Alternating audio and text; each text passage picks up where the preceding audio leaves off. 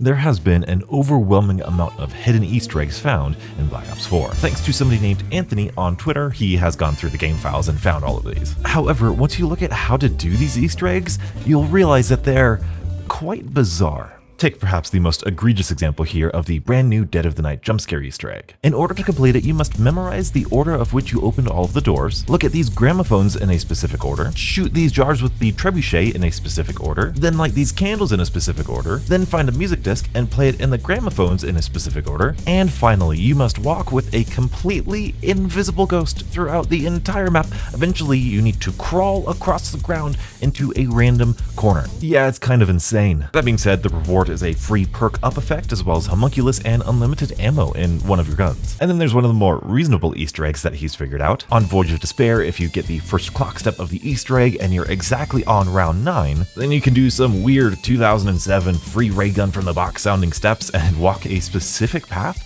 to get a free Kraken and homunculus. And if the skeleton car is riding around in the air from that Easter egg and you do these steps, you actually get to ride with the skeleton car, which is pretty sick. Now, if you're anything like me, when I first saw these quests, I was very excited and very interested. It's so fascinating to me that countless more of these hidden Easter eggs could just be hidden throughout these maps that we've played for years. Now, the reason we haven't been able to figure these Easter eggs out is because, well, who in their right mind would ever figure this stuff out? Now, of course, especially in the case of the Voyage of Despair Easter egg, as I've seen discussed on Reddit and YouTube, I'm sure some of these Easter eggs that we're finding out are supposed to be just for developers, or at least a small group of people that only the developers know and not meant for the general public. Something that only a handful of people were supposed to know about. Maybe it's like the developer and their friends. Oh, hey, cool, look at this little thing I can do. It's a little trick that I can show you. But taking that out of consideration, this raises the question of, how difficult should Easter eggs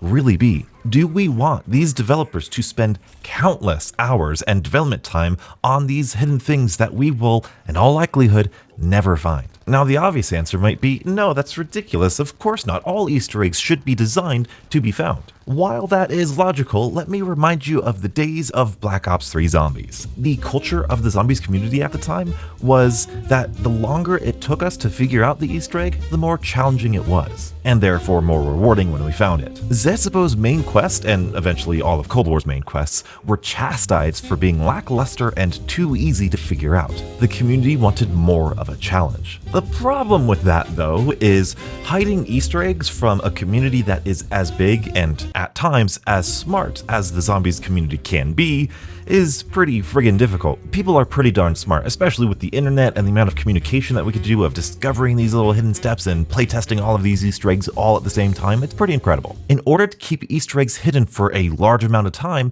at some point in time, you have to purposely make bad and unintuitive steps just to throw players off. Look no further than the Revelations Bone Step. That took the community nearly a week to figure out. Of course, there's a balance between the clearly impossible Easter eggs that we have here and the hand-holding main quests of a game like Cold War. Easter egg steps should be difficult to figure out, but easily repeatable. That is the gold standard of an Easter egg step. But there is still the question of why the developers want to go to these extremes just to hide Easter eggs and hide content and hide experiences. Plain and simple, they want to prolong the experience of the map itself. And what we're seeing right now is the perfect example of this. Beautiful people, look at all of these YouTubers. Look at all these zombies YouTubers going back and playing Black Ops 4. They're playing Dead of the Night. Beautiful people, they're playing Voyage of Despair, and they're making content on it. We're playing zombies in 2022, nearly 2023, because of the fact that these were so